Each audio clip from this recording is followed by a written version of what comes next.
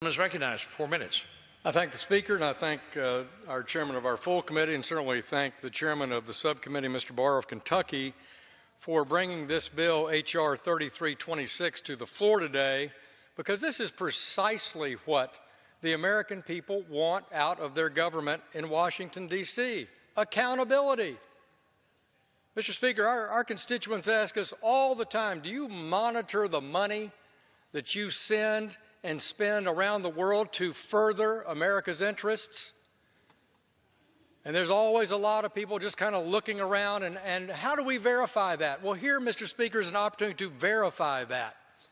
This important piece of legislation would require the World Bank to implement real incentives, particularly through staff evaluation standards that prioritize anti-poverty results and capable project management over just the volume of loans they produce.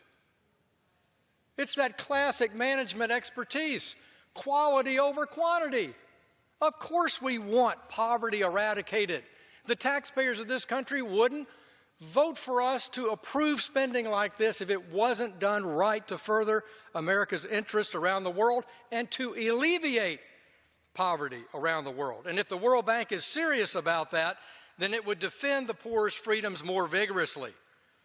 In other words, Mr. Speaker, no reforms like we propose, then poverty is not eradicated. The poor are not helped.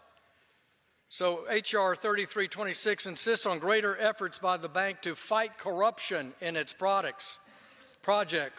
Just because the bank may have to work in corrupt environments does not mean it needs to add to the graft by pouring for the taking. No one is for that. That's why the vote was 60-0. That's why my gentlewoman from Wisconsin was so supportive of this in our subcommittee. It withholds appropriations until the bank raises the quality of its work, raises the quality of its forensic audits, which are designed to unmask the systemic corruption we find in the third world, inadvertently or advertently supported by the efforts of the World Bank. We are tired of it. And that's why on a bipartisan basis, we support the foreign policy goals contained in H.R. 3326. I thank my friend Mr. Barr for his thoughtful work to implement this. These are needed changes. These are bipartisan changes.